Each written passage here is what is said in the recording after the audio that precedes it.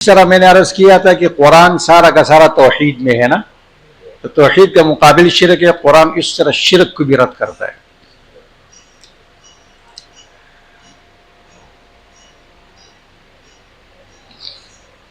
اللہ کے جتنے اسماء و صفات ہے اس میں جس صفت کے اندر بھی غیر اللہ کو شریک مانا جائے تو انسان مشرک بن جاتا ہے.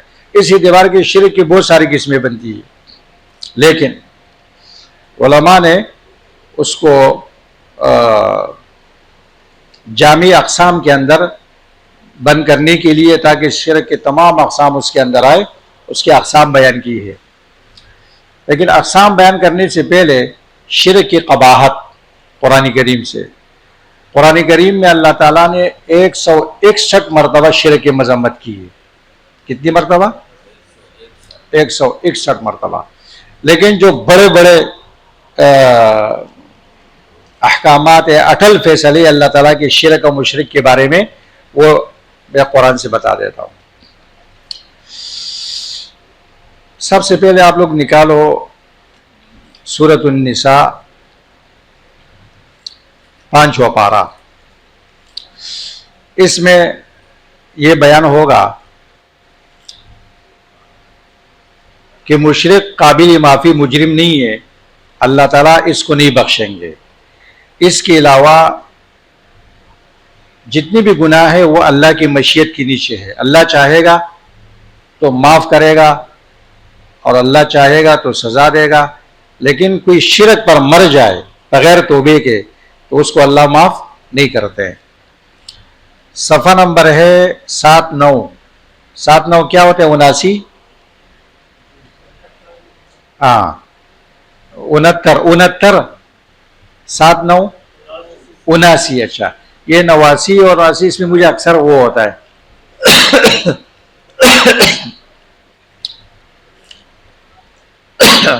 79. ان اللہ لا یغفر ان یشرک بہ، بے شک اللہ تعالیٰ معاف نہیں کرتے ہیں ان یشرک بہ، کہ اس کے ساتھ حصہ دار بنایا جائے. دیکھو شرک کا معنی آپ لوگوں نے پڑھ لیا تھا نا. آپ کہتے ہیں شرک کیا جائے تو عام آدمی کہتے ہیں شرک کیا جائے، عربی کا لفظ ہے وہ نہیں سمجھتا ہے. بے شک اللہ معاف نہیں کرتے ہیں بات کہ اس کے ساتھ حصہ دار بنایا جائے، اس کی ذات میں یا اس کی صفات خاصہ میں، اس کے حقوق میں. وَيَغْفِرُ مَا دُونَ ذَلِكَ لِمَن يَشَاءُ، اور معاف کرتے ہیں اللہ تعالیٰ اس کے علاوہ جس کے لیے چاہتا ہے. وَمَن يُشْرِكْ بِاللَّهِ فَقَدِ افْتَرَىٰ إِثْمًا عَظِيمًا، اور جو اللہ کے ساتھ حصہ دار بنائے یقیناً اس نے اللہ پر بہت بڑا جھوٹ باندھا، افتراء کیا، اسمًا عظیما. یہ احبار اور رہبان کا شرک ہے، وہ علم کے باوجود ہوتا ہے تو اس لیے افتراء کا لفظ ذکر کیا. اسی صورت میں سورہ نساء میں 5ویں پارے میں آپ آگے آئیے.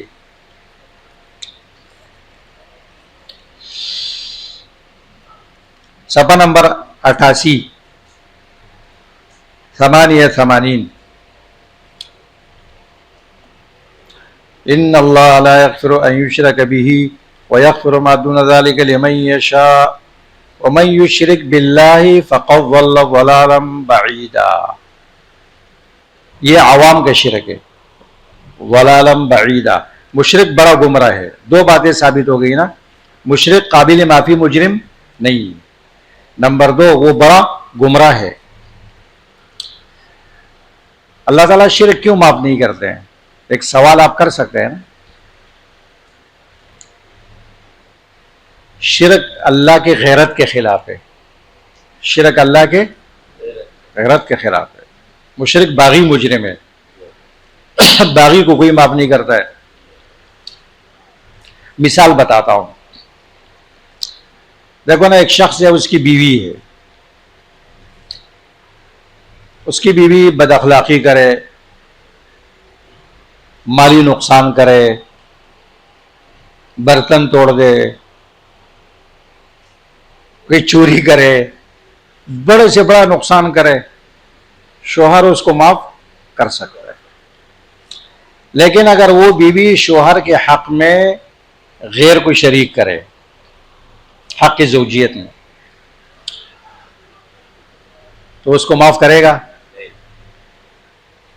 اگرچہ وہ احب الناس الیہ کیوں نہ ہو، یعنی اس کا باپ کیوں نہ ہو، اس کا بھائی کیوں نہ ہو، اس کا استاذ کیوں نہ ہو، اس کا پیر کیوں نہ ہو۔ اگر وہ بیوی کہتی ہے کہ کیا ہوا، یہ تو آپ کا استاذ ہے، آپ کا پیر ہے، آپ کا دوست ہے، تو وہ کہے گا کہ بھائی آپ اس کے لیے دعوت کرتی، تحفہ دیتی، ٹھیک ہے، یہ صحیح محبت ہے، لیکن ایک حق تو میرے ساتھ خاص تھا، اس میں کسی کی کہاں گنجائش تھی؟ کوئی انسان اپنی بیوی میں شرکت برداشت کرتا ہے؟ نہیں برداشت، اس کا خاص حق ہے نا، صرف بلا تشبیہ، توحید، عبادت، یہ صرف اللہ کا حق ہے، اس میں اللہ تعالیٰ غیر کی شرکت کو برداشت نہیں کرتے اللہ تعالیٰ، یہ اللہ کی غیرت کے خلاف۔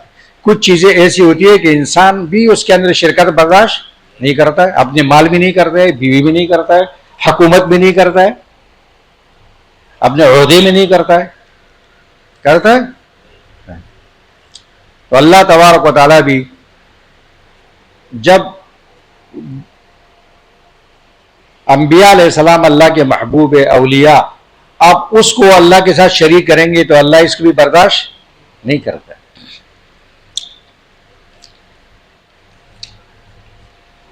اب سورۃ مائدہ کھولو،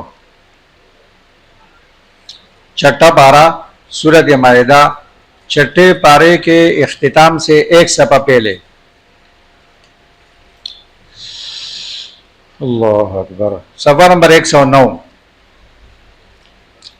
آیت نمبر 71 ہے میرا خیال سے، یا 72۔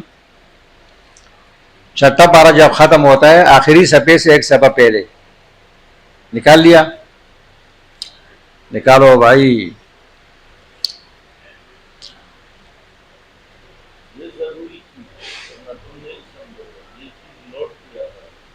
حافظ صاحب، اچھا آپ سو تو نہیں رہے؟ اچھا آؤ ماشاء اللہ، اے شاباش، زبردست زبردست۔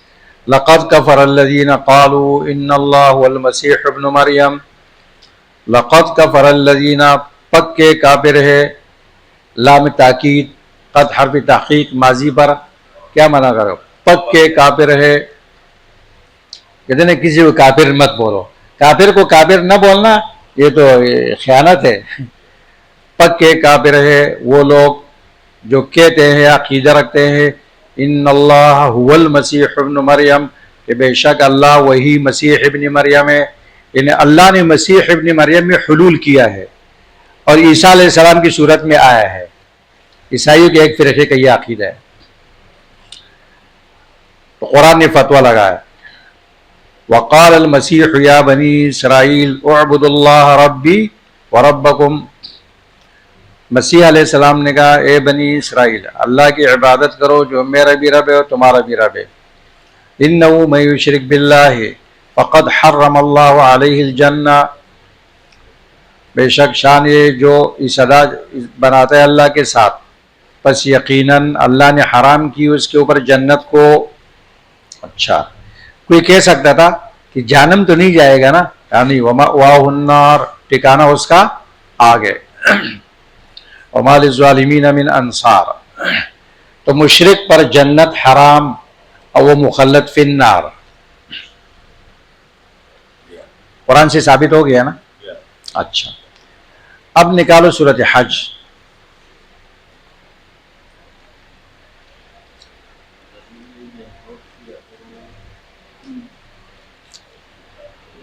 سورۃ حج 18واں پارہ، نہیں 17 پارہ، 17 پارہ سورۃ حج،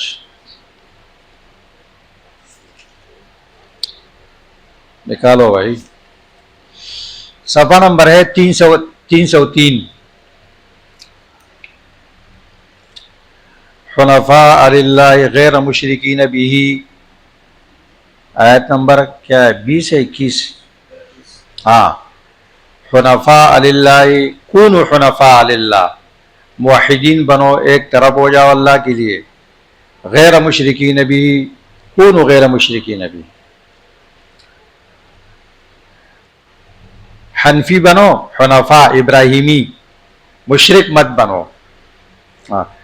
وَمَن یشرک باللہ، جس نے اللہ کے ساتھ شرک کیا، عیسیٰ بنایا غیر اللہ کو، اللہ کے ساتھ برابر کیا، فَكَأَنَّمَا خَرَّ مِنَ السَّمَاءِ، وہ ایسا تباہ و برباد ہو گیا گویا کہ وہ گر پڑا آسمان سے۔ فَتَخْطَفُهُ الطَّيْرُ، پھر اچک لیتے ہیں اس کو پرندے، او تہوی بِهِ الرِّيحُ، یا پھینک دیتی ہے اس کو ہوا، فی مکان سحیق، دور مقام پر۔ اب یہ تمثیل ہے، مثال ہے، مثال کو سمجھنا بہت لازمی ہے۔ علامہ ابن قیم رحمہ اللہ الامثال فی القرآن کریم میں لکھتے ہیں، اس مثال کی تطبیق کرتے ہیں کہ توحید کی تشبیہ ہے، توحید کو تشبیہ دی آسمان کے ساتھ۔ ایک آدمی جب موحد ہوتا ہے تو اتنی بلندی پر ہوتا ہے جیسے آسمان میں، جب وہ شرک کرتا ہے تو وہ بلندی سے گر جاتا ہے، ایسا ہے جیسے وہ آسمان سے گر پڑا۔ آپ کو دیکھنے میں تکلیف ہو رہی ہے نا، وہ بیچ میں یہ لگا ہوا ہے، تو آپ تھوڑا اس طرف تھوڑا اس طرف ہو جاؤ تو آپ آسانی سے دیکھ سکیں گے۔